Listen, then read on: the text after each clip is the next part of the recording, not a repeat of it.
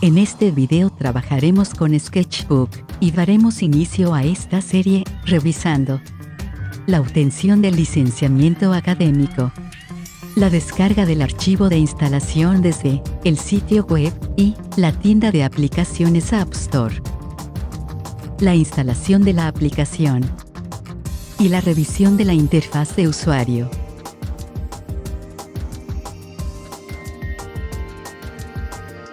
Simbología empleada. Tecla Enter o llamada también Intro. Barra espaciadora. Clic izquierdo del ratón. Clic derecho del ratón. Clic central, con el botón central o tercero del ratón.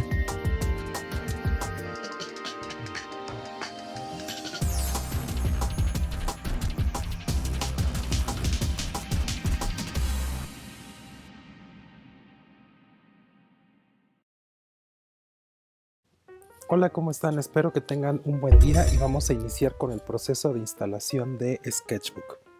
Tenemos varias opciones para poder instalar este programa. El primero de ellos sería accediendo directamente a la página web y desde aquí podemos seleccionar distintas opciones de instalación, ya que este programa está disponible para PC, Mac y también para dispositivos móviles. En este caso, en la pantalla puedes ver que la descarga es gratuita y si requieres instalarlo para algún dispositivo móvil, también desde esta misma página puedes ingresar directamente en los enlaces que van a abrir la tienda de tu dispositivo. En este caso, Sketchbook está disponible tanto para iPad y iPhone y todos los dispositivos como tabletas y celulares que tengan instalado Android. Ha habido una actualización en esta versión de Sketchbook, por lo cual ya no es necesario registrarse con alguna cuenta. Simplemente le das clic al botón descargar y en automático va a detectar tu sistema operativo y va a generar el archivo de descarga. Entonces, para ello lo que tendrías que hacer sería pues simplemente ejecutar el archivo instalador. Esperamos unos cuantos segundos y ejecutarlo. Una vez que se haya ejecutado el instalador, vamos a continuar con el proceso y esto instalará. Otra opción que también tenemos disponible, que es la que voy a emplear en mi caso, sería acceder directamente a mi tienda de aplicaciones y voy a buscar aquí desde el App Store Sketchbook y me aparece. Le voy a dar clic para hacer una revisión. Aquí pueden leer en las novedades que se ha eliminado la pantalla de inicio en la cual se solicitaba iniciar sesión, por lo que ya no es necesario contar con una cuenta. Entonces también en esta misma página pues puedes visualizar algunas de las imágenes, de las opciones y posibilidades que se pueden desarrollar con este increíble producto. En este caso, para continuar con el proceso de instalación, voy a darle clic aquí al botón de descargar y vamos a esperar unos segundos para que se instale el programa. Una vez que se haya concluido el proceso de instalación, pues ya vamos a poder abrir el programa. Ya se instaló el programa directamente desde la ventana del App Store. Puedo darle clic al botón abrir. Aquí me está solicitando permiso por si tú deseas compartir con Autodesk el análisis de información de uso. Le voy a decir que sí. Y a continuación se nos va a mostrar una guía rápida de cómo puede ser ocupado este programa. También ahí puedes ver que se están empleando dispositivos complementarios. En ese caso es una tableta digitalizadora la que se muestra en pantalla. Y además puedes ver cómo en este mini tutorial se pueden ocupar los pinceles, la rueda de color, la laguna, las herramientas como simetría, las guías, el uso del administrador de pinceles para seleccionar más opciones. Incluso las puedes personalizar, acomodar a tu gusto de acuerdo a las herramientas que más emplees. Algunas herramientas también como las de degradado, la herramienta de formar, el librito para poder hacer animaciones y también las herramientas de perspectiva. Esto lo vas a encontrar aquí en la ventana de guía rápida. Bueno, Voy a cerrar esta ventana y como puedes ver el programa ya se ejecutó. ¿Qué es lo que tenemos en este momento y que se muestra en pantalla? Quizá en algunas ocasiones el programa te va a mostrar algunas paletas habilitadas y otras no, pero lo que se muestra en primera instancia sería la paleta de pinceles, que es esta. Aquí la podemos estirar para poder visualizar más pinceles. También tenemos la paleta de herramientas y luego tenemos estas paletas que se emplean para seleccionar el color y también para ajustar niveles de transparencia. En la esquina inferior izquierda tenemos la laguna, que es una paleta de acceso rápido que contiene tanto las herramientas o instrumentos de dibujo que se contienen en la paleta de pinceles y también en la paleta de herramientas. Ahora, aquí también podemos activar otras paletas. Donde lo podemos definir sería accesando al menú ventana, y en esta parte inferior simplemente al darle clic a cada una de las opciones que contiene la lista de menú, pues se van a ir habilitando por si se llega a desaparecer. Esta es una de las opciones a la cual podríamos acceder para poder habilitar estas paletas. Al igual que muchos programas, las paletas las podemos cerrar dando clic a su botón respectivo, como en este caso puedes ver.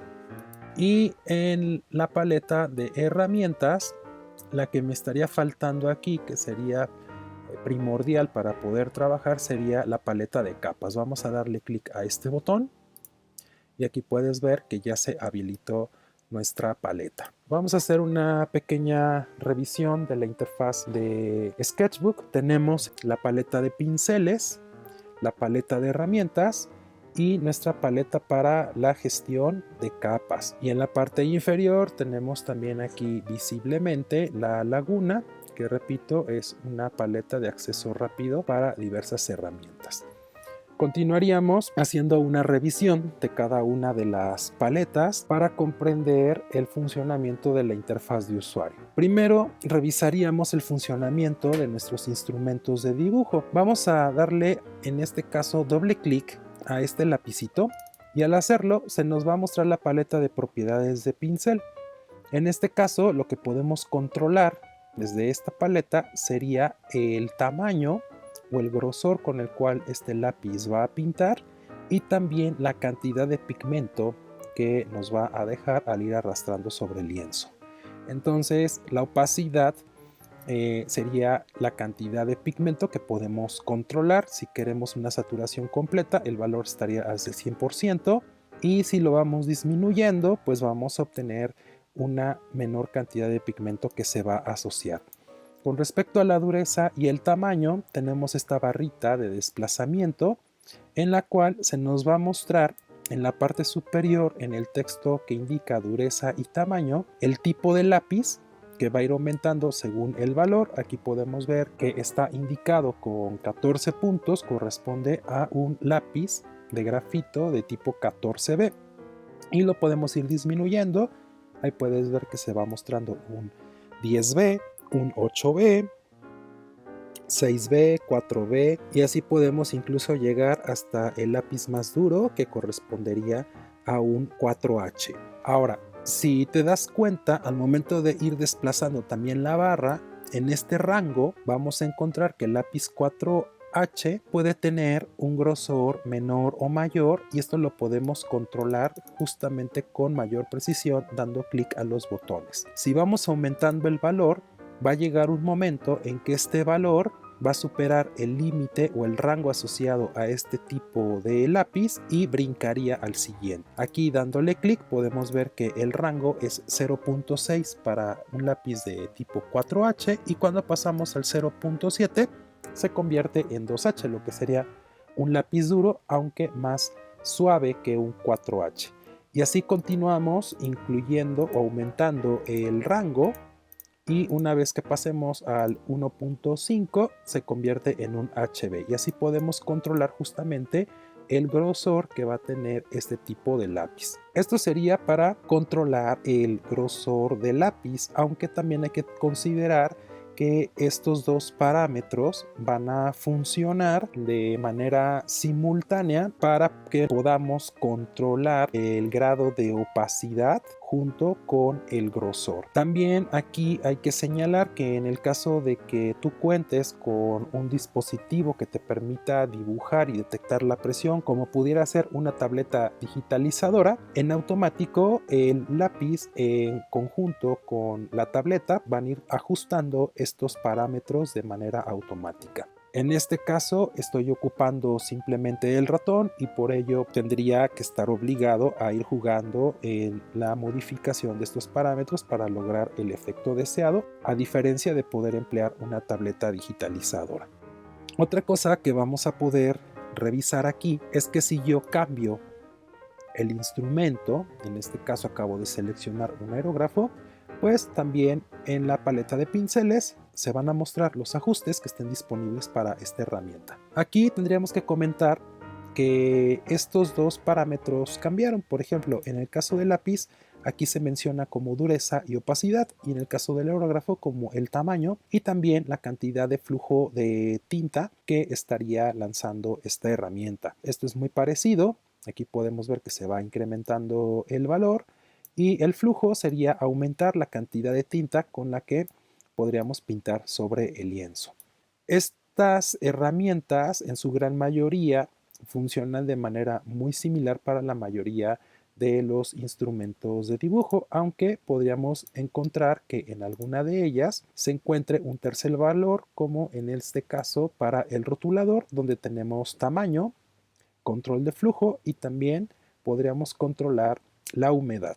¿Esto qué significa? Que desde Sketchbook tenemos varios instrumentos de dibujo y estos van a emular justamente las características o propiedades de aquellos con los que podemos pintar con instrumentos tradicionales, pero en este caso de manera digital. También otra cosa que podremos ver aquí en la paleta de pinceles es que tenemos más instrumentos y en este caso tenemos algunas herramientas que quizás son conocidas como auxiliares para generar determinados tipos de efectos que no necesariamente son lápices, rotuladores, pinceles o plumones. Aquí los podemos ver. Y también tenemos dos gomas. Tenemos la primera, que es una goma dura, y también una goma suave. La diferencia entre estas dos es que en la goma dura el valor de cantidad borrada está en el nivel casi máximo, a diferencia de la goma suave. Entonces la única diferencia que vamos a encontrar es que están ubicadas en dos iconos o dos botones distintos, pero tienen las mismas propiedades y las podríamos controlar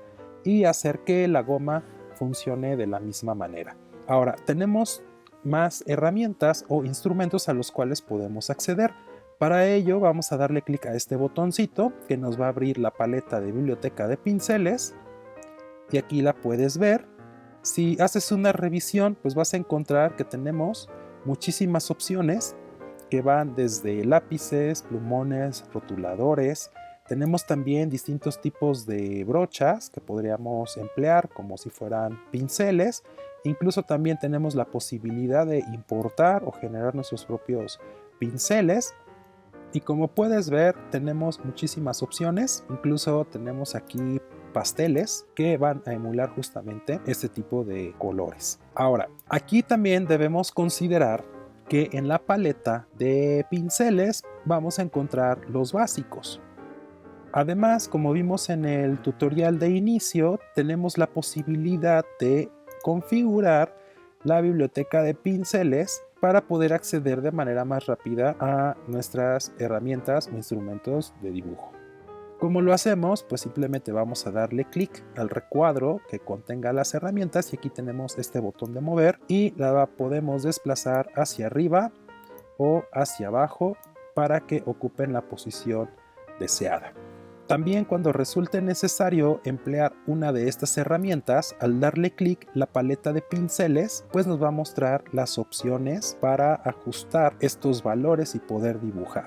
Quizá puedes ver que resulta un poco incómodo estar trabajando con todas las paletas abiertas, ya que estamos sacrificando nuestra área de dibujo. Para ello también tenemos otra opción de acceso rápido a todos nuestros pinceles, lápices y plumones, y es directamente desde la paleta de propiedades del pincel.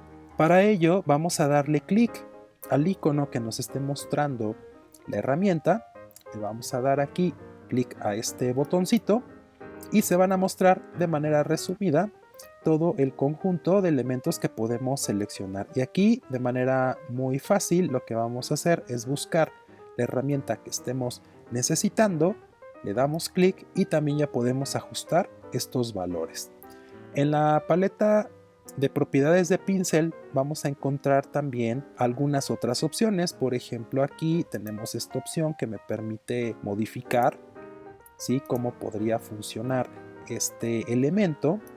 También tenemos estas pestañas para controlar más parámetros que estén asociados con esta herramienta. Entonces las posibilidades para cada instrumento de dibujo o elemento de dibujo se van a ir ampliando, por lo que es necesario ir revisando las opciones que tengamos disponibles.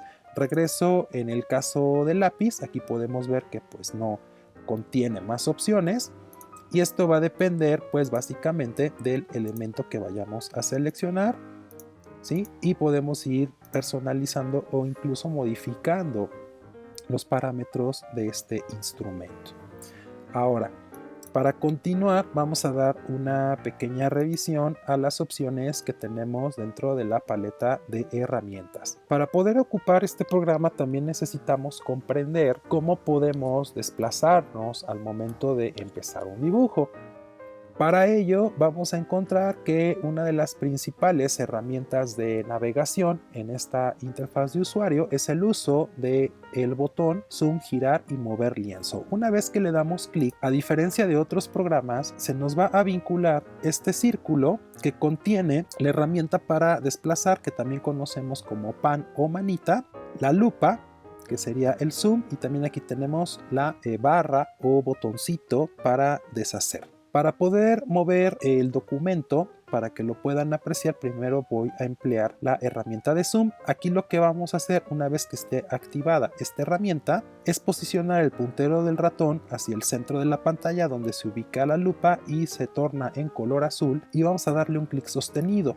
El zoom funciona como en muchos programas. Si lo desplazo hacia arriba me va a incrementar o me va a generar un aumento en la visualización, y hacia abajo va a disminuir el porcentaje de visualización. Incluso aquí podemos ver cómo se está alejando y puedo ver el lienzo en toda el área de trabajo. Suelto y al mover nuevamente el puntero del ratón, el círculo se desplaza junto con este, y ahora voy a posicionar el puntero de ratón en el círculo para que se marque en color azul, y aquí es donde le vamos a dar un clic, y al momento de hacerlo va a cambiar la forma del puntero del ratón a la forma de la manita, y desde aquí, sin soltar, podemos justamente desplazar nuestro lienzo. Esto es algo que debes considerar, ya que a diferencia de otros programas, el modo de paneo, pan o la manita de desplazamiento, no funciona con el botón central del ratón cuando se le da un clic sostenido. Aquí tenemos que acceder a la herramienta lupa. Ahora, para cerrar la herramienta, aquí tenemos que darle clic al botón cerrar. Y otro modo de acceso rápido para la paleta de desplazamiento o de zoom es emplear la barra espaciadora. Simplemente la presionas sin soltar. Esto es importante que lo consideres. Sin soltarla, mueves tu puntero del ratón y aquí decides si quieres generar un paneo o desplazar la pantalla. Vamos a darle clic sostenido. No olvides no soltar la barra espaciadora, porque si la sueltas se desactiva la herramienta. Vamos a darle clic ahora sostenido y ya la podemos mover. Suelto el clic izquierdo del ratón. Ahí queda el lienzo en la posición que definimos, y ahora voy a emplear la herramienta zoom. Clic sostenido, hacia arriba es acercar, hacia abajo es alejar. Y en este caso, pues, si suelto el botón izquierdo del ratón con el que di clic sostenido, también tendría ahora para desactivar la herramienta que soltar la barra espaciadora. Bueno, esta sería la primera opción que debes considerar para poder emplear este programa. También tenemos otras herramientas como selección, recortar, esta que se emplea para seleccionar y modificar. Tenemos la herramienta de transformación, tenemos el cubo que nos permite rellenar toda la superficie del lienzo empleando un relleno sólido, un relleno degradado. En este caso sería lineal, en este caso también sería radial. También tenemos la herramienta para colocar texto que nos va a abrir aquí un cuadro de diálogo. Después tenemos las herramientas que vamos a emplear y que nos van a auxiliar para desarrollar todo tipo de trazos. En este botón tenemos la opción de emplear la regla, que nos va a mostrar este elemento auxiliar que va a estar compuesto por un botón de desplazamiento que al darle clic sostenido nos permite mover la regla. También podemos cerrarlo con este botón. Y para activar la regla podemos darle clic a la herramienta, pero también si ves la etiqueta que está asociada a este botón nos indica que podemos activar o desactivar la regla simplemente empleando el teclado presionando la tecla R.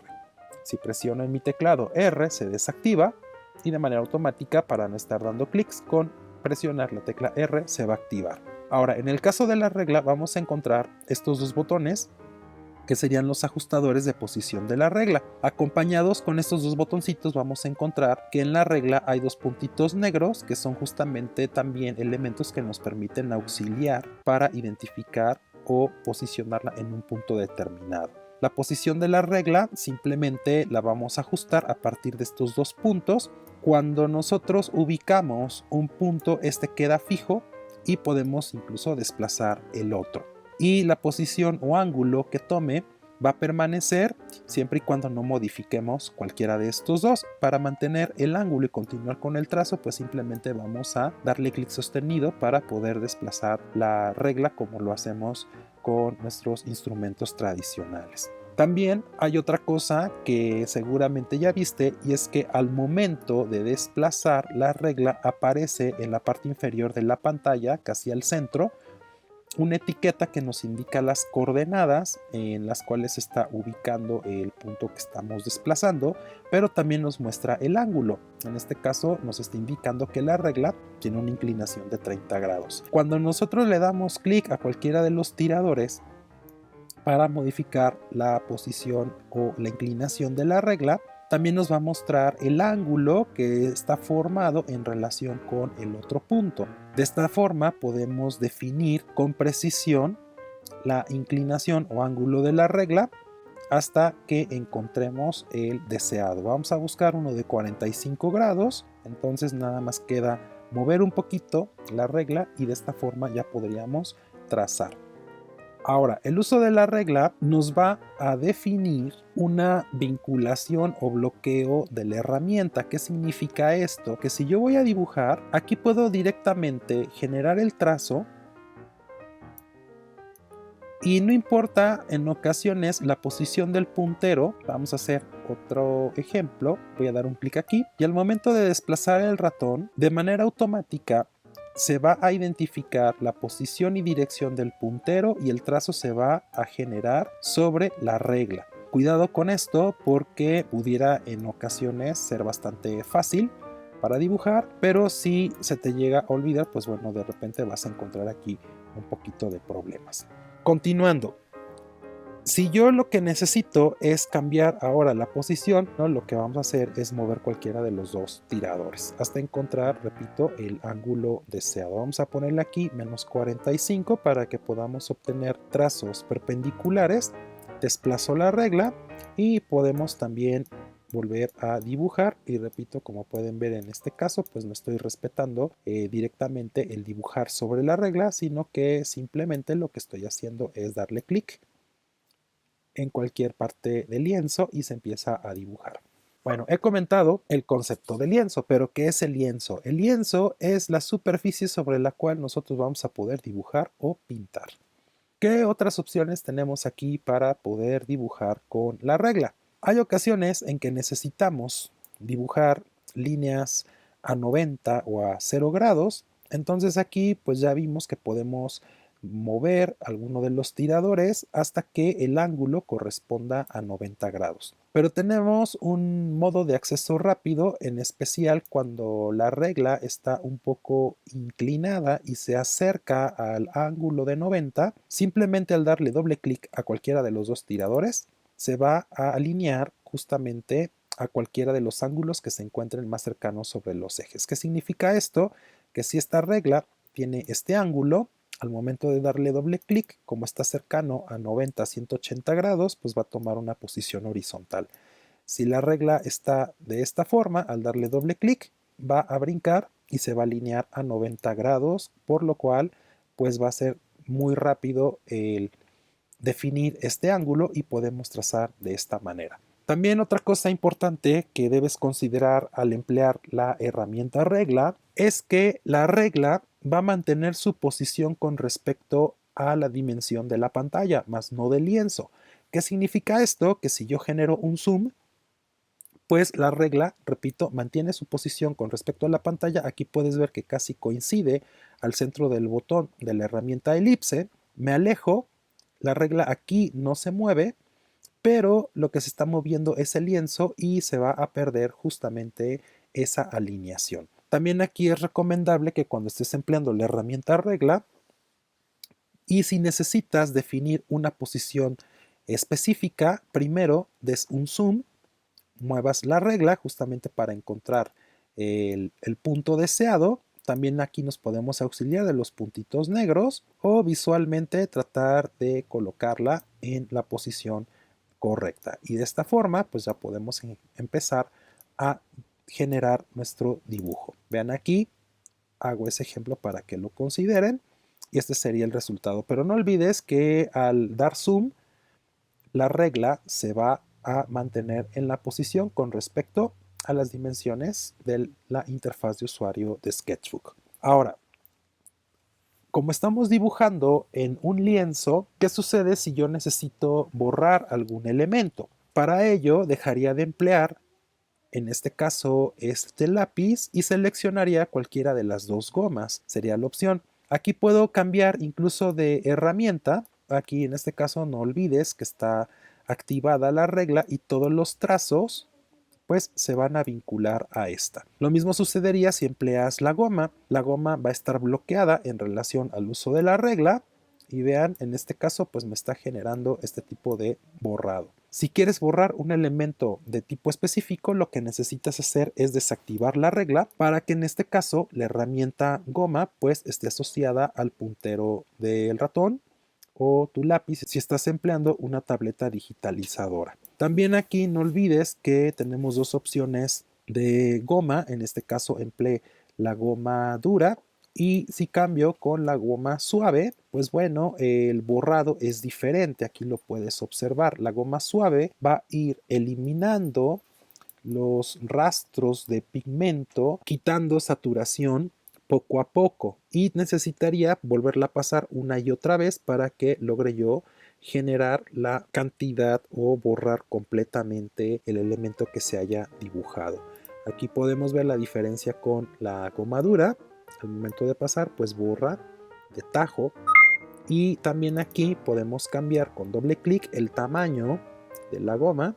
Al moverlo, ya aquí en el lienzo, vamos a ver que nos muestra el tamaño. Y aquí también mucho cuidado cuando estés empleando la goma y la voy a ubicar aquí sobre esta superficie de color gris oscuro. Vas a ver que las gomas van a poder borrar una determinada cantidad a partir del halo color blanco que se está mostrando. ¿Sí? Pero en este caso considera que estoy empleando la goma dura y la cantidad de borrar es al 95%. Por lo tanto, aquí podemos ver que entre más me acerque yo hacia la circunferencia, nos va a generar ahí un pequeño alito que no va a borrar. Esto quizás se ve mucho más en la goma suave. Sí, voy a disminuir un poco el tamaño y hay casi el halo que me dice que es al 35%. Vamos a verlo. Entonces va a borrar más en esta parte del halo, no sé si se logra distinguir aquí en la pantalla, es muy pequeñito.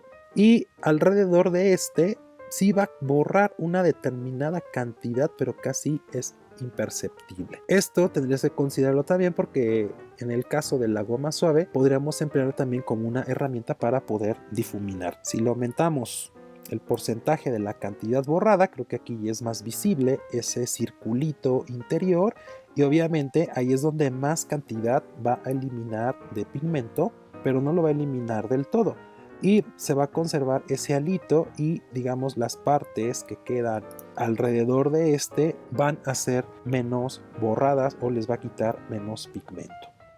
Bueno, vamos a continuar. También otra cosa que debemos considerar al momento de dibujar es que tenemos que definir las características de nuestro lienzo. ¿Qué es el lienzo? Bueno, el lienzo va a ser una superficie digital sobre la cual nosotros vamos a poder dibujar o pintar, pero este lienzo tiene propiedades. Básicamente podríamos definir que tiene dos propiedades importantes o características. ¿Cuáles son? Pues el tamaño y la cantidad de píxeles con los cuales está formado. En este programa podemos modificar estos parámetros accediendo directamente al menú de imagen y podemos cambiar estas propiedades desde estos dos menús, que sería tamaño de la imagen o tamaño del lienzo. Vamos con el segundo, que es tamaño de lienzo. Y aquí podemos definir un tamaño personalizado. Ahora, el tamaño aquí podemos definirlo en distintas unidades, ya sea como porcentaje, que va a estar relacionado a la pantalla. Podemos también definirlo en píxeles, en pulgadas, en centímetros o en milímetros. Vamos a definir una medida en centímetros. Vamos a poner aquí el tamaño de un papel de 90 por 60. Y también aquí vamos a encontrar que el tamaño del archivo pues se va a modificar, puede que se haga más pequeño o más grande en función de esta dimensión que estamos definiendo. Aquí le puedo dar a aceptar, pero la unidad que yo también haya aquí definido, en automático se va a transformar, por ejemplo, a milímetros, en su equivalencia a pulgadas, incluso también en píxeles. Mucho cuidado porque cuando cambiamos estas dimensiones a píxeles, quizá podemos ver, creo que en este cuadro no se observa bien, ahorita lo vamos a ver en el otro, que van a cambiar. Este valor de 90 se va a perder justamente por definir la unidad a píxeles. Lo voy a dejar en 90 por 60 con centímetros. Le voy a dar aquí clic en aceptar. Y bueno, aquí ya vimos que el tamaño del lienzo se hizo mucho más grande, ¿no? Se amplió. Bueno, vamos ahora a revisar las opciones que tenemos en tamaño de imagen. Ahora, recuerden que habíamos definido las medidas del lienzo en centímetros. Vean, aquí este valor de 90 por 60 cambió, pero se conservan los valores en equivalencia a píxeles. También desde acá vamos a encontrar otra característica importante cuando estemos trabajando con formatos de imagen rasterizada, ya que el tamaño del documento va a cambiar en relación de la resolución que nosotros vayamos a definir. Ahora, este tamaño del documento podemos ver que en su dimensión está asociada con una resolución de 100 puntos por pulgada. ¿Qué significa esto? Que en una pulgada se van a ubicar 100 píxeles, que serían 100 cuadritos. Pero ¿qué sucede si cambiamos la resolución del documento y defino, por ejemplo, 150 puntos por pulgada? Quizá en algunos casos hay un margen de tolerancia que nos va a hacer que el documento se haga más grande al definir incluso más puntos. Vamos a ver qué sucede aquí.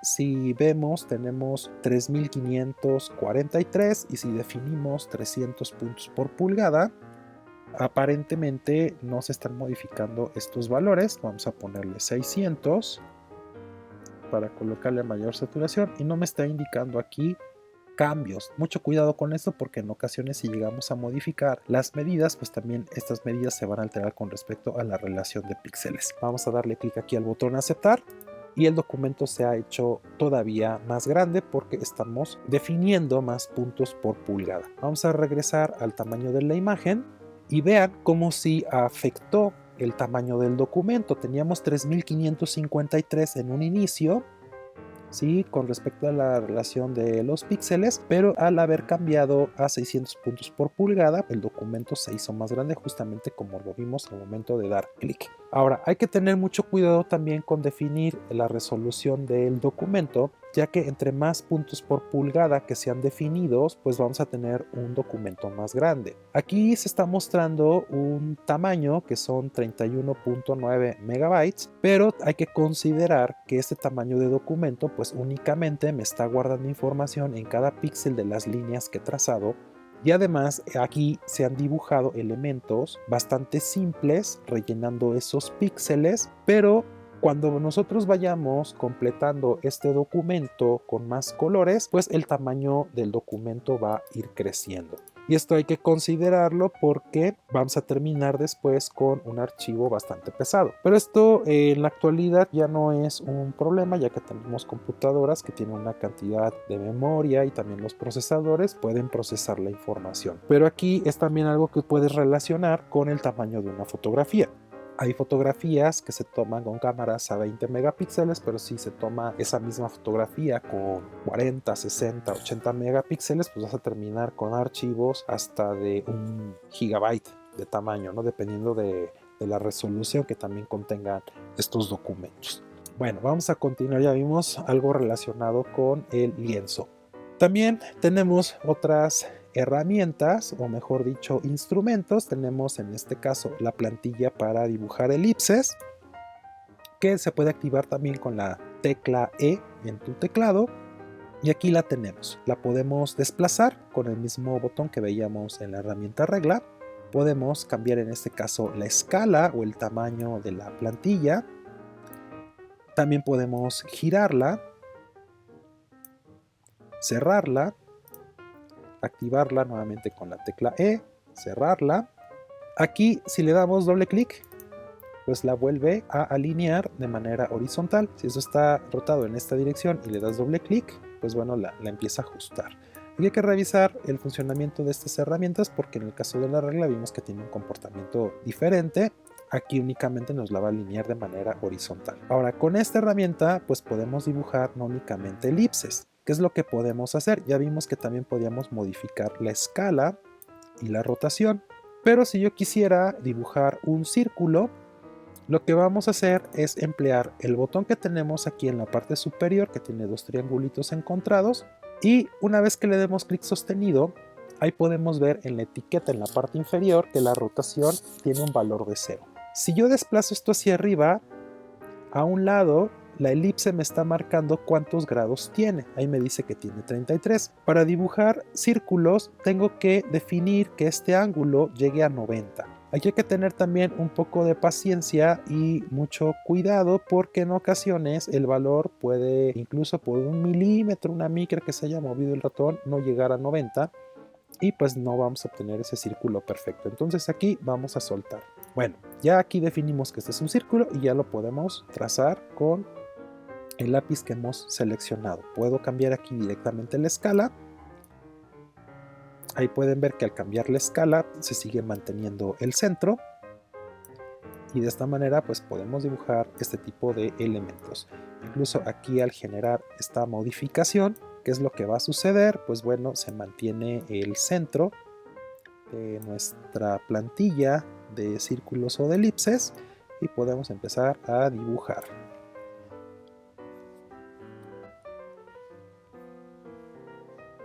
También podemos desplazarla.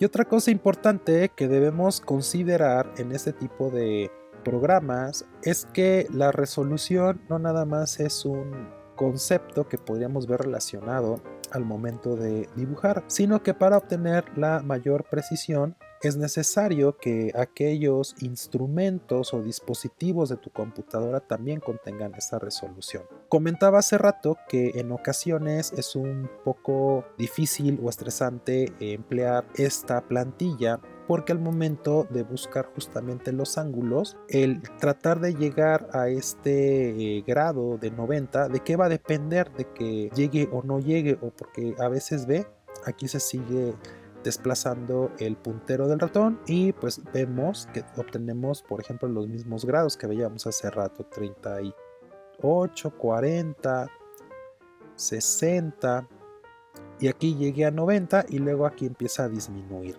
Bueno, Para que esto sea más fácil, lo que sí necesitas considerar es que si vas a emplear el ratón, necesitas tener un ratón de muy buena calidad que incluso tenga varios puntos por pulgada. Esto es lo que varios gamers pues buscan en esos ratones con la precisión justamente para sus videojuegos. Y esto lo vemos aquí asociado, que la resolución del muestreo del láser que contiene tu ratón va a tener un impacto en el dibujo, ¿no? También aquí es importante que cuando vayas a dibujar en este tipo de programas, tu ratón esté en una superficie plana. Incluso el color y el tipo del material va a jugar un papel importante. Quizá para ello sería recomendable tener un mousepad, un tapete para el ratón o una superficie que tenga el mismo color, ya que hay superficies que vienen pintadas con algún tipo de textura visual, puede ser madera, y justamente las vetas van a hacer que el láser reconozca distintas velocidades en la reflexión de la luz, y eso va a afectar obviamente la precisión. Entonces es necesario tener un buen ratón justamente para tratar de controlar el dispositivo. También, si vas a emplear una tableta digitalizadora, hay que ver específicamente cuál es la resolución del muestreo que te permite. Entonces aquí la relación calidad y en específico el precio, pues justamente esa va a ser la gran diferencia entre una tableta económica y una de una marca reconocida que pudiera ser un poco más cara. Bueno, ya vimos cómo funciona la herramienta de elipse. Vamos a cerrarla. En este caso voy a dar la tecla E con el teclado para desactivarla. Y luego también tenemos otras plantillas, que en este caso son las curvas francesas. Aquí, para que tengas una mejor visualización, voy a borrar todo lo que tengo. Repito, podría ocupar la goma, pero me voy a tardar mucho tiempo al borrar. Hay una tecla de acceso rápido que me permite borrar todo lo que se encuentre en el lienzo, y esta la vamos a activar simplemente como presionando la tecla de retroceso backspace en tu teclado. Esta tecla que permite borrar caracteres de derecha a izquierda, que está arriba de la tecla de retorno o intro, o también enter. Al momento que presionas backspace, se borra todo lo que tengas en la capa. En ocasiones este comando es bastante práctico, pero hay que tener mucho cuidado porque puede generar en ocasiones una catástrofe, porque te va a borrar todo lo que tengas en tu lienzo. Continuamos con las plantillas, que en este caso son plantillas francesas. Voy a cambiar un poquito la escala.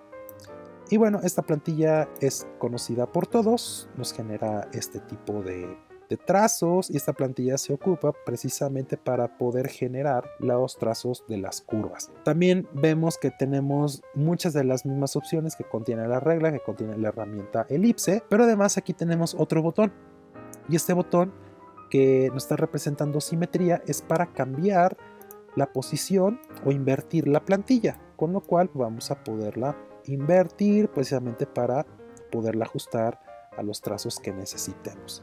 Esta plantilla tiene además otro botón, que es este, que nos va a permitir cambiar la forma de la plantilla. Una vez que le des clic, puedes ver aquí en pantalla que la forma es de este tipo. También nuevamente la podemos invertir. Y si cambiamos la forma al momento de darle clic, vamos a tener esta.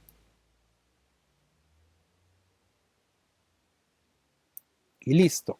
Ya tenemos aquí revisada otra de las opciones de plantillas para poder ocupar. Voy a cerrarla dándole clic, y aquí el método abreviado es con la F de curva francesa. Voy a borrar nuevamente todos estos trazos y vamos a continuar ahora revisando otras reglas automáticas, pero que en este caso corresponden a el botón de perspectiva. Aquí, al momento que tú le das un clic, se nos va a abrir otra paletita complementaria, y por omisión nos aparece aquí la regla que nos permite dibujar una perspectiva a dos puntos de fuga. Aquí puedes ver este botón que representa el punto de fuga 1 y el punto de fuga 2. Vamos con el primer botón, que en este caso sería perspectiva a un punto de fuga.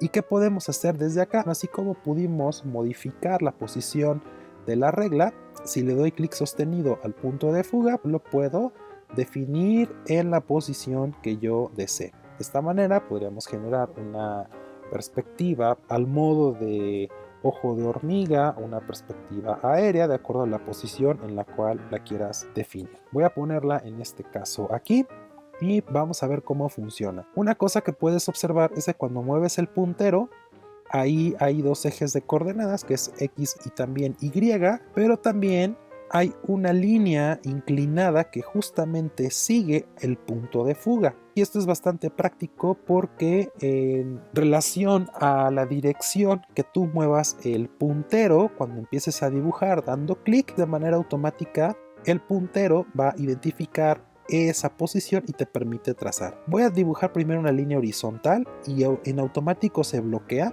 Ahora voy con una vertical, como puedes observar, nuevamente otra y otra vertical. Ahora lo que necesitaría sería definir el volumen o la profundidad de este cubo. Voy a ponerle aquí un clic y lo voy a mover hacia acá. Vamos a moverlo y vean qué fácil es poder dibujar, porque en automático el programa reconoce la dirección y no necesitamos estar dibujando como lo hacemos de manera tradicional, moviendo las escuadras o la regla. Y listo, así funciona la perspectiva a un punto de fuga con la herramienta de regla para un punto de fuga. Voy a borrar esto y vuelvo a repetir, hay que tener mucho cuidado porque si está activa la herramienta, pues bueno, todo va a estar bloqueado justamente con el punto de fuga que se haya definido. También hay que tener aquí especial atención porque al momento de decidir modificar el punto, pues ya se podría perder esa dirección. Entonces eso no hay que hacerlo. Una de las ventajas que tiene esta regla para perspectiva a un punto de fuga es que vean, a diferencia de la otra regla, si yo hago zoom, aquí sí queda bloqueada en el punto con respecto al lienzo donde se definió. Bueno, vamos a ver ahora cómo funciona el de dos puntos de fuga. El principio es el mismo, tenemos un punto de fuga,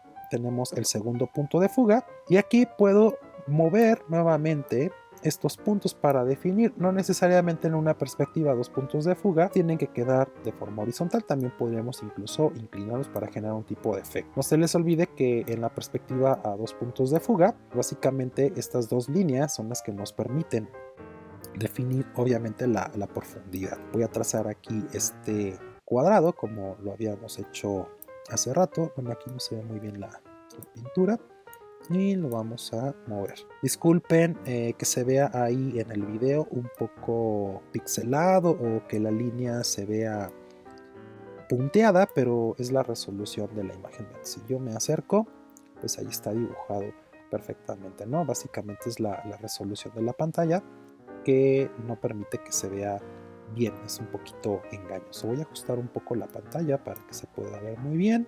Así podemos empezar a dibujar con la perspectiva a dos puntos de fuga empleando esta herramienta que es bastante fácil. Ahora aquí si van a dibujar con el ratón pues nos va a costar un poquito más de trabajo a diferencia de tener una tableta digitalizadora. Voy a borrar nuevamente presionando la tecla backspace para borrar absolutamente todo y voy a cambiar ahora para la herramienta de tres puntos de fuga. La perspectiva tres puntos de fuga, vamos a decir método, o lleva los mismos principios que el dibujar una perspectiva a dos puntos de fuga, solamente que las líneas verticales se van a trazar a partir de un punto siguiendo el tercer punto de fuga, que en este caso pues nos va a definir la altura. Y esta perspectiva es la que nos permite obtener dibujos tal cual lo veamos en la realidad. Si recuerdan, cuando ustedes se paran debajo de un edificio bastante alto, vamos a poner el ejemplo de 20-30 pisos, y voltean la mirada hacia arriba, pues van a ver que se genera este efecto de triángulo. Bueno, aquí lo que voy a hacer es modificar primero mis dos puntos de fuga, como lo hicimos en el caso anterior. Los voy a poner aquí sin ningún problema. Los trazos van a quedar aquí. Vamos a hacer este pequeño ejemplo, pero para que esto no se vea tan deforme, vamos a subir un poquito el punto de fuga. Hay que tener mucho cuidado. Aquí tenemos la ventaja de estar empleando una herramienta digital, por lo cual el tamaño de papel no va a estar limitado como en la vida real. Y este punto de fuga lo podemos extender, y esto a veces en ocasiones, si lo hacemos de la forma tradicional, pues terminamos dibujando hasta en el piso de nuestra casa, porque si el punto de fuga, voy a poner primero el ejemplo para que lo vean, queda en esta posición del papel, ¿qué nos va a suceder? Que vamos a obtener una imagen completamente distorsionado. Lo vamos a mover un poquito para acá para que no se vea tan cuadrado. Y vamos a dibujar nuevamente el mismo cubo. Vean, esto va en dirección del punto de fuga. Si hubiera sido en la perspectiva a 2 puntos de fuga, estas líneas serían completamente verticales. Las dibujamos usualmente con la escuadra. Entonces vamos a poner esto acá. Este iría por acá. Y de este punto se va para acá. Y de este punto se va para acá. ¿Sí? Ahora, este es el problema que les comentaba, justamente por tener el tercer punto de fuga o de proyección vertical muy cercano a la línea de tierra. ¿Qué podemos hacer aquí para corregir esto? Pues nos vamos a alejar. Voy a subir el punto de fuga lo más que se pueda. Voy a dejar en esta posición.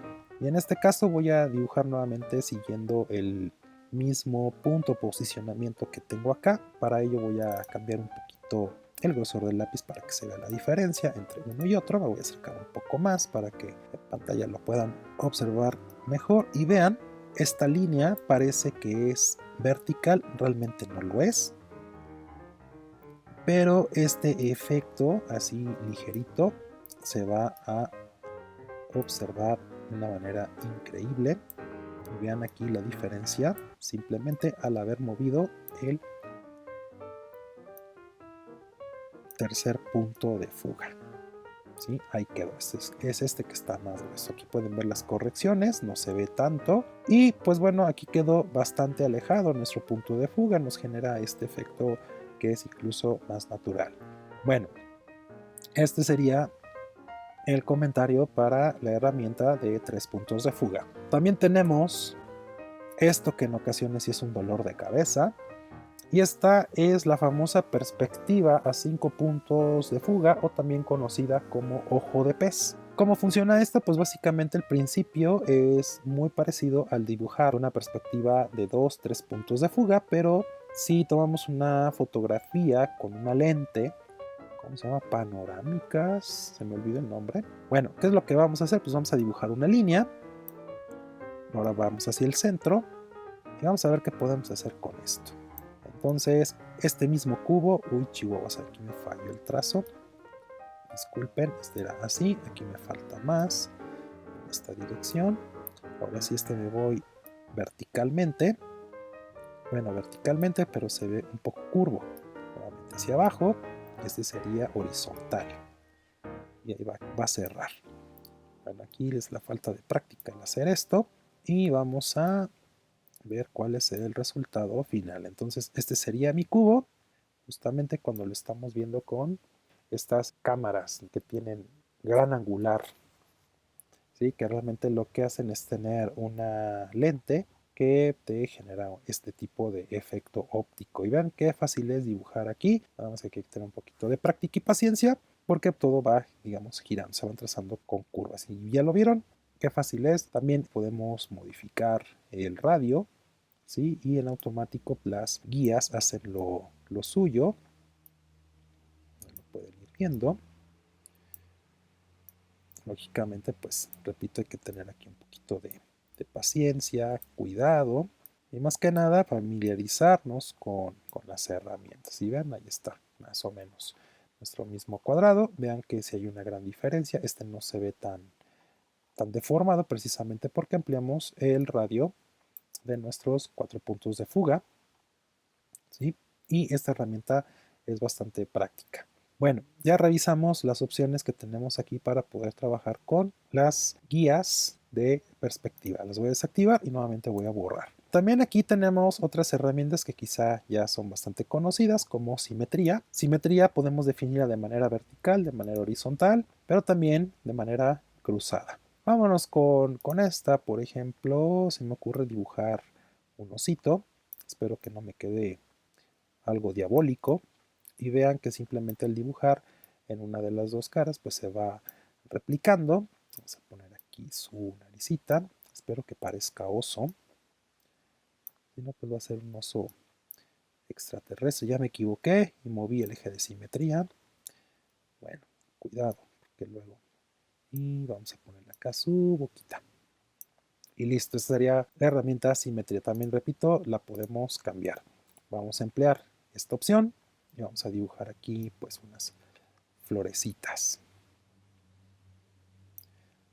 y todo se va replicando, ¿verdad? Ya me volví a equivocar y debería haberme acercado justamente para ir detallando este tipo de elementos.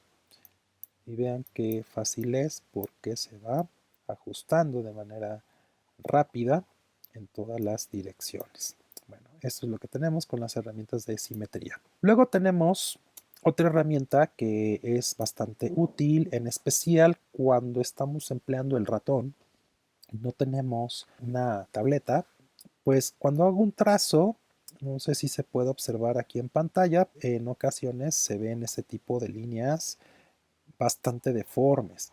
Entonces, esta herramienta que tenemos aquí, que se llama regular trazo, lo que va a hacer es identificar, vamos a poner un ejemplo, va a identificar cuáles son los nodos, ¿sí? Y nos va a interpolar las curvas. Vamos a ver la diferencia cuando la activamos. Entonces, si yo hago esto,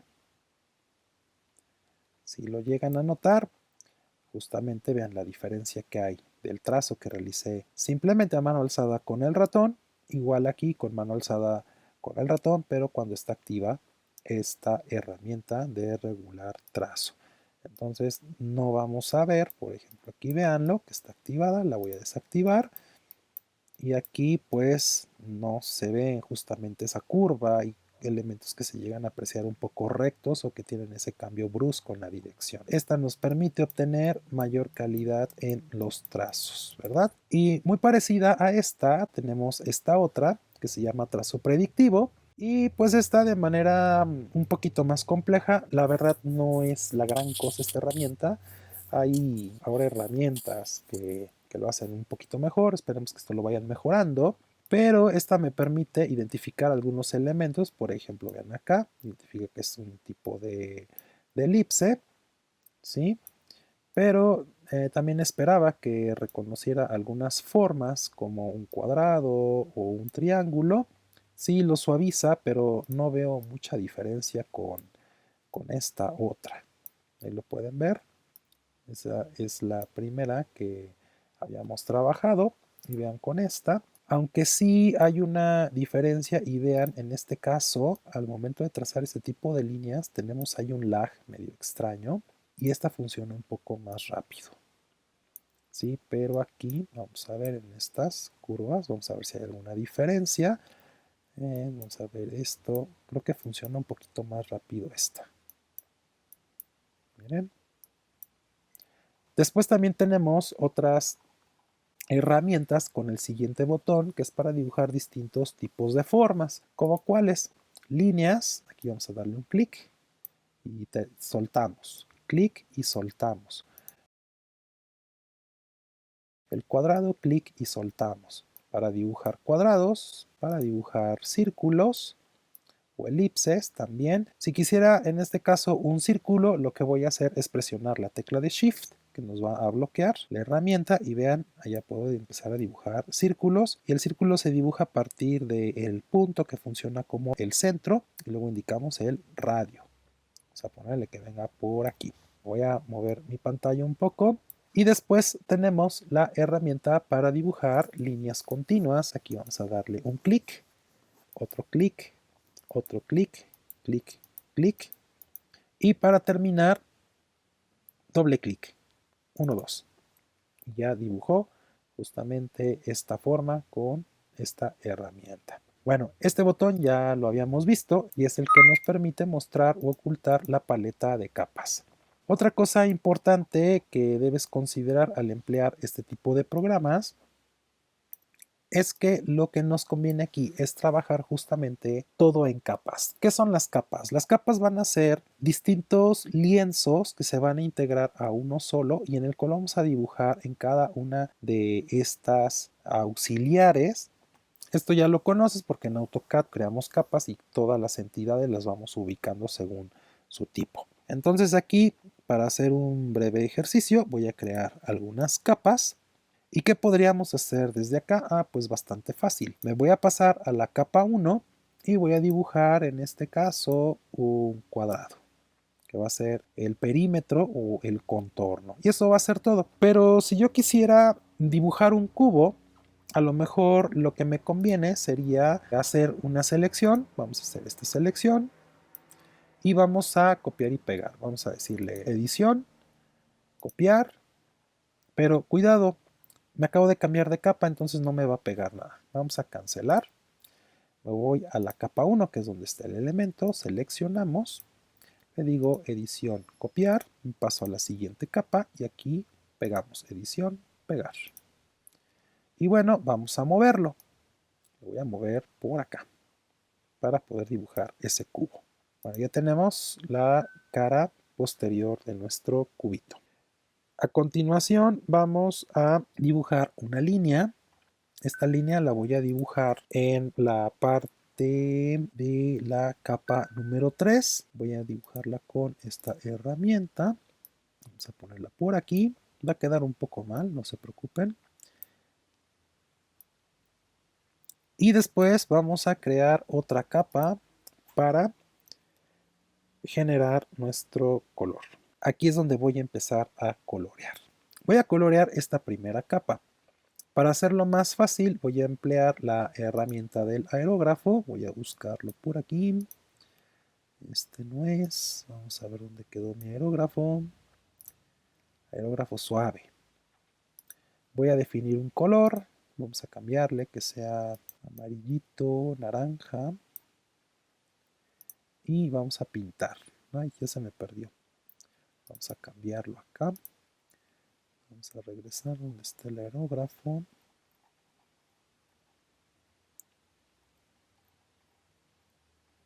Ya me pasé.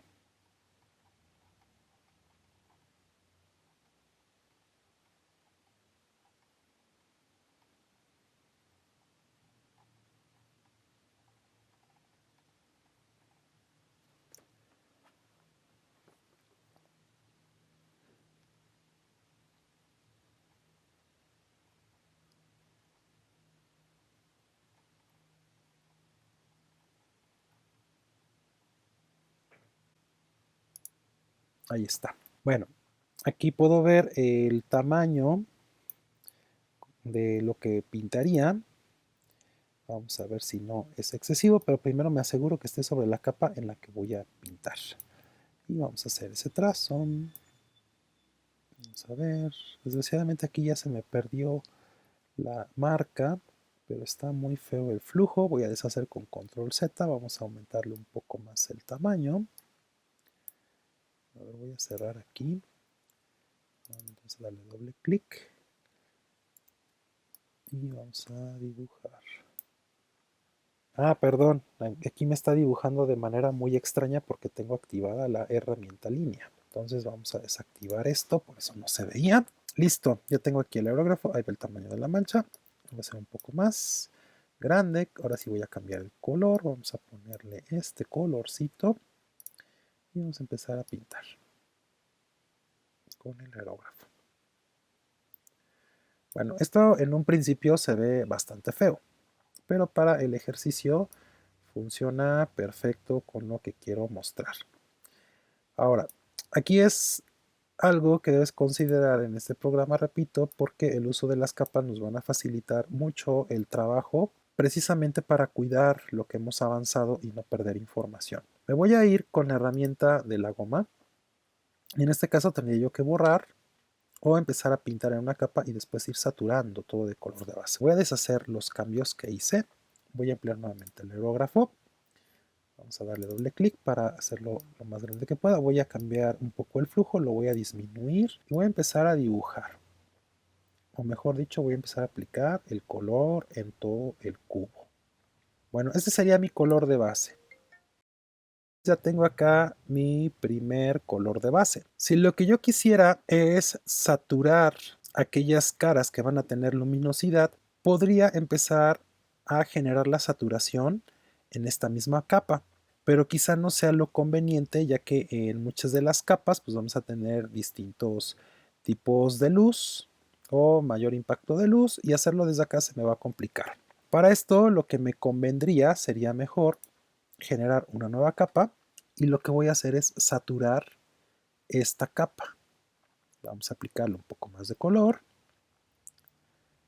precisamente para generar ese efecto de mayor o menor luminosidad en cada una de las caras de nuestro cubo. Y la ventaja de utilizar capas es que si aquí necesito eliminar esos bordes o esos excedentes de color, sería pues bueno emplear la herramienta goma y voy a empezar a borrar esto que saturé hace un momento, ¿no? Pero aquí, como pueden ver, únicamente estoy borrando sobre esa capa. Bueno, aquí con la herramienta goma se me dificulta un poco. Vamos a emplear un pequeño truco que sería emplear la herramienta de selección. Para hacerlo más rápido, voy a decirle que seleccione esta parte y presiono la tecla Backspace para borrar. Nuevamente vuelvo a seleccionar, en este caso como son elementos verticales y horizontales, pues va a ser mucho más fácil el poder controlar la cantidad borrada. Y vean que de manera muy rápida pues se va generando este cambio. Me voy a cambiar de capa hacia la base y nuevamente voy a empezar a borrar todos los elementos que estén sobrando y vean que pues así voy teniendo más control de la cantidad de los píxeles que vamos a ir eliminando. Y esto me permite borrar lo que realmente deseo borrar y no borrar aquellos elementos que después tendría que volver a retocar. Y listo, en este caso vamos a acercarnos ahora de este lado. Voy a emplear para borrar esto la herramienta de selección mediante puntos. Vamos a ponerle aquí que es esto así para que define el ángulo. Voy a dar aquí clic. Vamos a trazar aquí este triangulito, doble clic y suprimimos con la tecla de Backspace. Voy a acercar por acá, voy a poner un punto, otro punto, otro punto. Aquí me puedo acercar con zoom para definirlo con precisión y doble clic para finalizar la selección. Y damos Backspace y listo. Ya puedo empezar de esta manera a trabajar con las capas. Con este pequeño ejercicio para que puedan comprender justamente cuál es la ventaja de emplear capas. Voy a eliminar la selección y vamos ahora a ocultar las capas. Vamos a ver esta capa que tiene. Esto tiene que quedar. Esta capa es la de este cuadrado. Entonces aquí lo que tengo que hacer sería eliminar esto. Pero una vez que me haya cambiado de capa. Y vean qué fácil es empezar justamente a trabajar con capas. Y así no pierdo la información que es necesaria o que haya yo definido o con la que haya yo trabajado con anterioridad. ¿Cuál es el resultado? Aquí ya lo podemos ver. Canceló esto y aquí ya tenemos un primer ensayo empleando justamente las capas. También las capas las podemos gestionar. Le puedo cambiar aquí dando clic sostenido el nombre de la capa. Voy a poner aquí que este es relleno, relleno o cara 1, por ejemplo. Aquí en este es relleno general. Le cambiamos el nombre. O relleno de caras. También lo que podemos hacer es cambiar la posición de las capas. Esto va a alterar obviamente el resultado. Vamos a ver dónde quedó el primer cuadro, que fue este. Este lo voy a pasar a la parte superior para que tenga mayor presencia como contorno. Aquí le voy a poner contorno 1. También podemos fusionar las capas, fusionarla con la capa inferior, bloquear la capa, ocultarla, duplicar la capa, añadir una capa o eliminar la capa. Hay varias opciones aquí para la gestión con capas. Continuando con la revisión de la interfaz de usuario de Sketchbook, y hemos notado que en ocasiones, al momento de empezar a dibujar, nuestra pantalla se va saturando de todas las paletas en las que modificamos algunas de las opciones. Para esto quizás sería conveniente cerrarlas o aprendernos los comandos abreviados para poderlas activar, o bien, si te acostumbras, empezar a ocupar la laguna, ya que desde esta pequeña herramienta, al darle clic sostenido a alguno de los botones, tienes acceso rápido a varias de las opciones que pueden ser en este caso para la gestión de archivos, que además también sería el equivalente a acceder al propio menú archivo, a las opciones de edición, Por ejemplo, como mover, girar, escalar, seleccionar mediante rectángulo, mediante lazo, borrar. Si te das cuenta, entre paréntesis, el símbolo de la tecla de retroceso o backspace, la opción de copiar, pegar, cortar y también de recortar. Luego tenemos este botoncito que es para la selección de colores, pero la diferencia con este es que si tú le das un clic, pues no pasa nada. Hay que mantener el clic, es decir, dar un clic sostenido y desplazar el puntero del ratón hasta seleccionar alguna de las opciones de color que tenemos en cada uno de estos recuadros. Pero en este caso, las opciones que tengamos aquí disponibles, pues no van a ser de acuerdo al círculo de color, sino que se van a ir adaptando a los colores que estén configurados o que después se van a ir modificando de acuerdo a los colores más utilizados. También tenemos este botoncito que nos permite seleccionar de manera rápida los pinceles. Sería una síntesis de lo que tenemos en la paleta de pinceles. Y después tenemos este botón para controlar las herramientas y vistas. Tenemos aquí la opción de la lupa. También tenemos esta opción que nos permite ajustar a la vista actual. Aquí casi no hay mucha diferencia porque está ajustada en la pantalla. Podemos activar la regla, la elipse, la paleta de capas, las opciones de simetría horizontal y vertical y también este botón para ajustar el lienzo a la vista de tamaño real. Con respecto a la relación de imagen, considerando pues el tamaño de los puntos por pulgada que hemos definido o también del tamaño del lienzo. Y aquí pues bueno, tendríamos que desplazarnos con la opción de paneo para poder modificar, editar o simplemente ver el documento. Esto es algo que nos lleva a reflexionar qué tan importante es describir, definir el tamaño del monitor adecuado. En mi caso estoy ocupando una pantalla aproximadamente de 13 pulgadas en una computadora portátil, por lo cual pues queda claro que este no es el tamaño ideal para realizar este tipo de trabajos. Si pudiéramos tener una pantalla de 15 pulgadas, sería el mismo caso, es una pantalla demasiado pequeña. Aquí yo creo que nos convendría tener una pantalla cuando menos de 19, 21 pulgadas, precisamente porque al momento de empezar a trabajar, el espacio que ocupan las paletas flotantes nos van a quitar ese espacio de visualización necesario para el trabajo. Considera esto porque es cuestión también de irse adaptando al uso de los dispositivos y las características que estos tengan. Ya que revisamos en general las opciones que tenemos con respecto a las herramientas que contiene este programa, no se te olvide darle una revisada a cada una de las paletas. Para hacer un breve resumen, pues aquí tenemos la paleta de pinceles, en la cual podemos seleccionar cada una de las herramientas o instrumentos de dibujo que vayamos a emplear. Y para poder modificar alguno de sus parámetros, le podemos dar doble clic al botón, lo cual nos va a abrir la paleta de propiedades del pincel. Este mismo comando abreviado de doble clic funcionaría después de seleccionar dando clic al botoncito que tenemos acá, que nos lo va a abrir. También en la paleta propiedades del pincel podemos darle un clic al icono que tenga la imagen de cada instrumento y aquí podemos cambiar rápidamente la herramienta que vayamos a emplear. Aquí también podemos cerrar. Y si quieres también acceder a más pinceles o instrumentos de dibujo, podemos darle clic a este botón y desplazarnos desde esta paleta para seleccionar el que más te convenga. Incluso aquí podemos seleccionar el grupo y cambiar la posición a la que más te convenga.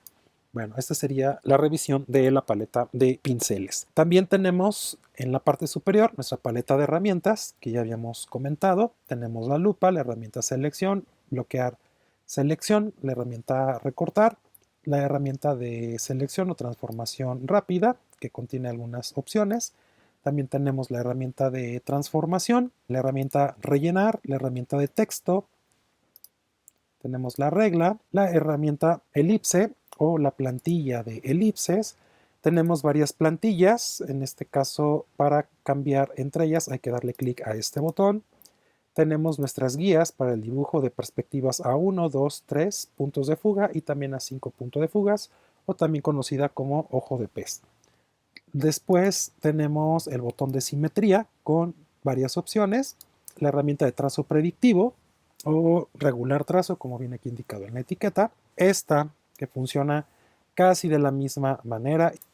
Esta herramienta que nos permite dibujar líneas, cuadrados, rectángulos, círculos, elipses o líneas continuas, que aquí se llama también polilínea. Y por último tendríamos los botones que nos muestran, ocultan la paleta de capas, la paleta de pinceles, la paleta de color, que en este caso aquí podemos ver nuestro disco de color. Hay más opciones en esta misma paleta de selección de color. Hay que darle clic a este botón y podemos seleccionar la gama de colores RGB, HSL o también que sea de manera aleatoria. En el caso de los colores HSL y RGB tenemos estas barras de desplazamiento con la cual podemos indicarle el valor que estamos requiriendo específicamente para establecer un color determinado. Y también tenemos nuestra paleta de colores predeterminados o fijados, y en este caso lo que podemos hacer es modificar estos colores que tenemos acá. Después de que hayamos modificado los parámetros, en este caso RGB con el color deseado, aquí tenemos la muestra. Lo que podemos hacer es simplemente arrastrar desde aquí y colocarlo en esta parte. Podríamos también definir otro color y simplemente lo arrastramos y lo vamos colocando, y aquí va a ser más fácil poder seleccionarlos. Y por último también veíamos que teníamos otra paleta de colores, que en este caso sería la biblioteca de Copicolor, que es otra gama o familia de colores. Aquí se vienen mostrando de acuerdo al recuadro. Hay una clasificación o categoría por colores y también tenemos distintas variedades para cada una de estas, y en la siguiente pestaña pues también podemos encontrar opciones un poco diferentes. Bueno, esto sería en general el resumen de las herramientas y paletas que tenemos disponible. Por último, también les había comentado que tenemos en este caso este elemento donde está ubicado. Estos se llaman tanto panel de colores, que fue el que se cerró hace un momento, y este sería el panel de pinceles. Si se nos llega a desaparecer alguna herramienta, pues simplemente vamos a acceder al menú ventana y desde aquí vamos a activarlos para que se puedan mostrar, o también desactivarlos directamente desde el propio menú. Entonces este tutorial lo puedes empezar a definir. También aquí hay una cosa que debes considerar, y es que todas estas paletas o todas estas herramientas en su mayoría las vas a encontrar en los dispositivos móviles como iPad, tabletas con Android y también en teléfonos celulares como iPhone. Pero en general vas a encontrar esta misma configuración, aunque la interfaz gráfica pues se va a adaptar al tipo de pantalla, ¿verdad? Y quizá tengamos algunas otras opciones. Por ejemplo, en el iPad, al centro de la pantalla, en la parte inferior, vamos a tener un botoncito de acceso rápido. En el caso de la laguna, vamos a encontrar en uno de los extremos este pequeño icono, al cual si le das clic sostenido, puedes modificar la posición de la laguna. Y aquí puedes ver que en este caso se encuentra mostrada de tipo completo. Si le pongo esta opción me dice que me va a desactivar la barra de títulos. Es más, al darle clic acá puedes ver que parece que entramos en un modo de pantalla completa y se desaparecieron los menús, quizá porque estamos tratando de ahorrar espacio en pantalla, pues vamos a tener mejor visualización del lienzo. Si le volvemos a dar clic acá, vamos a ver que algunas opciones obviamente cambiaron, se adaptaron a la visualización, y esto me llevaría la laguna hacia la derecha. Entonces ahora la vamos a tener de este lado. Le vuelvo a dar clic acá y vamos a buscar que la laguna pase del lado izquierdo. Vamos a ver con esta opción a dónde la manda. Ya la regresó. Vamos a ver qué otra tenemos. La interfaz de usuario desactivada. Vamos a ver cómo funciona. Le damos clic, se ve más o menos igual, aunque seguimos manteniendo este botoncito. Vamos a darle clic aquí donde dice solamente barra de títulos y regresamos a la vista original. Vamos a darle clic nuevamente e indicamos que nos muestre la interfaz de usuario completa, que en este caso restablecería esta visualización, además con vincular o anclar la paleta, o mejor dicho la laguna, en este lado. Vamos a tratar de ocultar la laguna, pero vean que vuelve a entrar en este tipo de modo pantalla completa. Entonces lo que voy a hacer es dejarla en pantalla completa. Y así lo que queremos hacer es cerrar la laguna y no visualizarla. Nos vamos al menú ventana y desde aquí la vamos a desactivar quitando la palomita en esta línea del menú. Y listo, eso fue todo para poderla dejar de visualizar. Aquí me falta ver mi paleta de pinceles. La vamos a activar. Vean que también podemos quitar la barra de herramientas o también podemos volverla a mostrar. Además, ahorita que estamos viendo cómo podemos jugar con la interfaz de usuario, te recomiendo que dependiendo de la versión a veces cambia un poquito, especialmente si eres usuario de Windows. Este menú no lo veas como yo lo veo, pero busca el menú llamado preferencias. ¿Y qué es lo que tenemos acá? Y esta parte hay que darle en especial una revisada porque quizá no haya tanta diferencia entre la versión de Sketchbook para Windows y para Mac, pero sí cambia completamente en un dispositivo móvil, porque obviamente al tener una pantalla táctil pues vamos a tener más funcionalidades que pues no tenemos en una computadora de escritorio, aunque sea portátil. Entonces, ¿qué tenemos aquí? Que se definen algunos parámetros de cómo funciona el programa. Aquí tenemos el caso de que cada vez que insertemos una imagen, esta imagen se va a ir directamente a una capa nueva.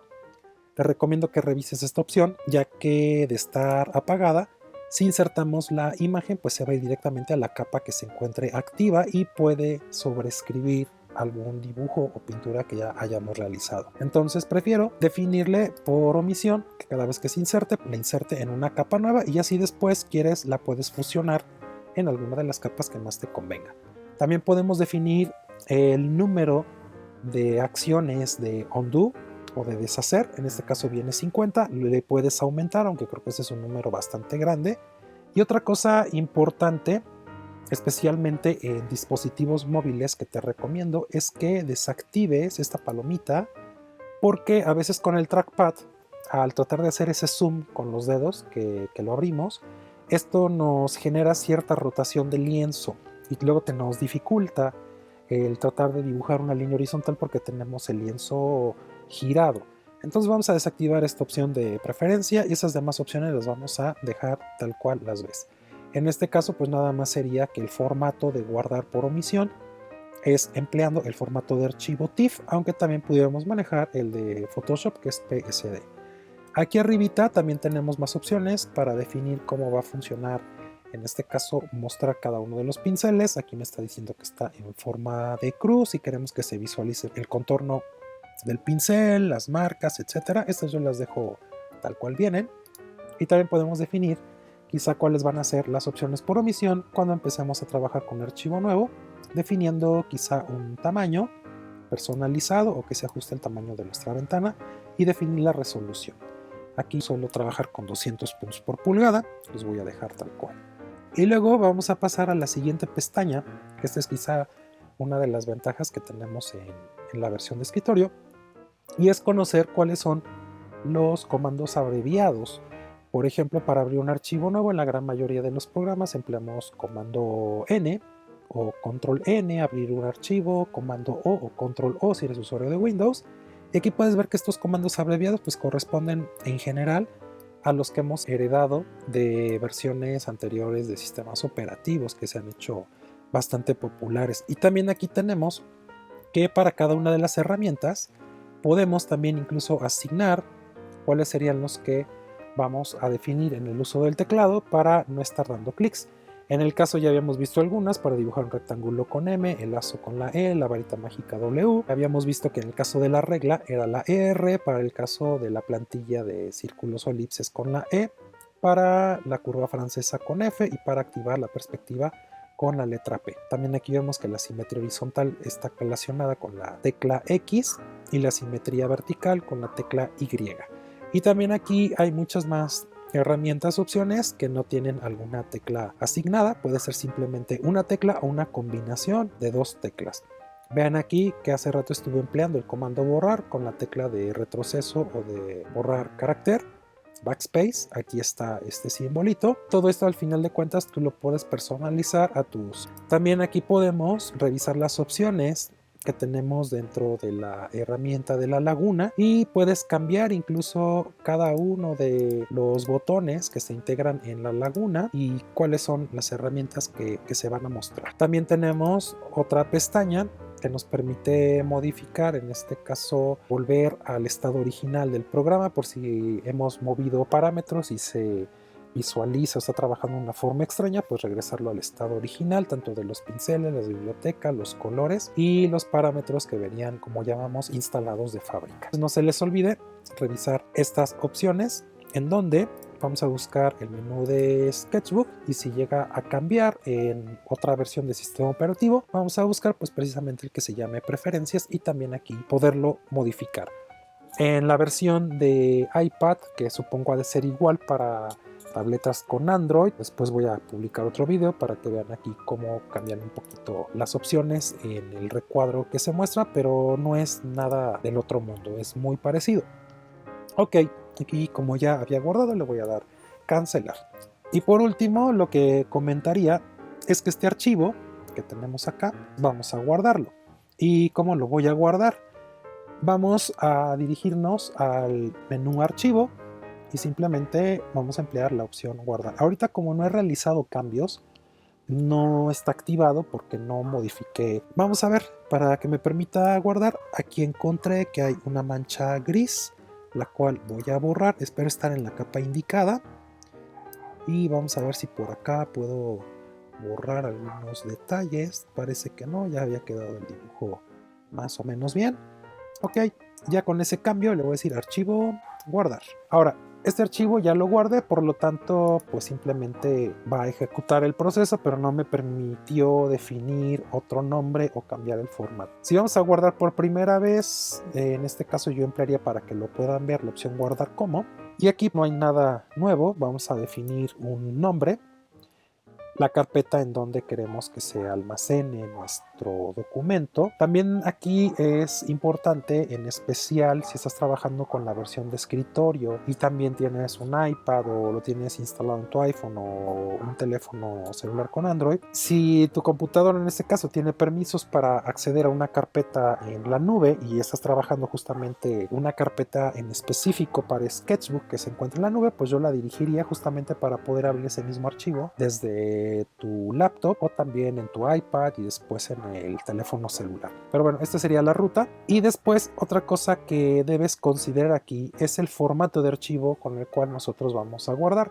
Como ya te diste cuenta, al momento de instalar el programa, al menos en mi caso, en una computadora con Mac OS, el tamaño del archivo de instalación a duras penas llegó a 80 megabytes. Entonces, al ser un archivo pequeño, no nos ocupa mucho espacio en disco duro al momento de instalar, o en disco, porque puede ser también estado sólido. Pero además, fuera del tamaño y de que el programa es realmente muy ligero y que seguramente va a correr en cualquier tipo de computadora que tengas, aquí tenemos, yo creo que uno de los principales formatos de archivo dentro de los cuales podemos guardar. Pero es aquí donde deben prestar atención, porque no todos los formatos de archivos de mapas de bits o de imagen rasterizadas funcionan de la misma manera. El archivo de base con el que trabaja Sketchbook es TIFF, o el famoso formato TIFF. Aquí también hay que tener cuidado porque este formato tiene algunas variantes. En los primeros archivos de tipo TIFF pues únicamente tenían 3 letras en su extensión TIF, hoy tiene 4 porque ha sido la evolución de este formato de archivo. E incluso también hay un formato TIFF que es propio de Photoshop. En cualquier caso podemos guardarlo y el programa los va a abrir y los va a reconocer sin ningún tipo de problema, al igual que en formato de Photoshop PSD. Pero aquí vamos a encontrar una gran diferencia con formatos de archivo como BMP o mapa de bits y JPEG. ¿Cuál va a ser esa diferencia que estoy ahorita indicando aquí en azulito con el puntero del ratón? Los formatos JPEG y BMP podemos definirlos como archivos planos. ¿A qué me refiero con un archivo plano para que se entienda? Pues es simplemente un solo lienzo en el cual se encuentra todo vinculado tal cual se puede ver aquí en pantalla, pero lo que no contienen estos formatos de archivos son capas. ¿Qué es lo que permite entonces un formato como TIFF? Pues nos permite guardar este archivo que es de imagen rasterizada, incluyendo todos los elementos en sus capas respectivas. Mucho cuidado porque si este documento lo fueras a guardar por primera vez y seleccionas el formato JPEG, al momento de guardar todas estas capas se van a fusionar en unas solas y vas a perder justamente ese orden que hemos tratado de establecer para poder gestionar y trabajar con facilidad nuestro archivo. También en el caso del formato JPEG, comentarles ahorita muy brevemente que comprime muchísimo las imágenes y también genera un efecto de interlineado, por así llamarlo, entre dos colores, y digamos que si ponemos un rojo y un azul, pues la computadora va a entender que entre esos dos píxeles pues nos tiene que generar una gama o mezcla de colores. Por lo cual nosotros vamos a trabajar ahorita con el formato TIFF para conservar todas las propiedades de color y también conservar nuestras capas. Una vez que hemos definido y comentado esto de los formatos de archivo, vamos a darle clic aquí en guardar. También en algunas ocasiones cuando seleccionamos un formato de archivo puede que se nos habilite este botoncito de opciones, que en este caso no lo está haciendo, pero pues pudiera hacerlo. Pero no vayan a olvidar guardar en formato TIFF su documento. Bueno, yo ya lo tenía guardado, en el caso que guarde otra copia. Y con esto concluimos esta primera parte del reconocimiento de la interfaz de usuario y uso de las herramientas de Sketchbook.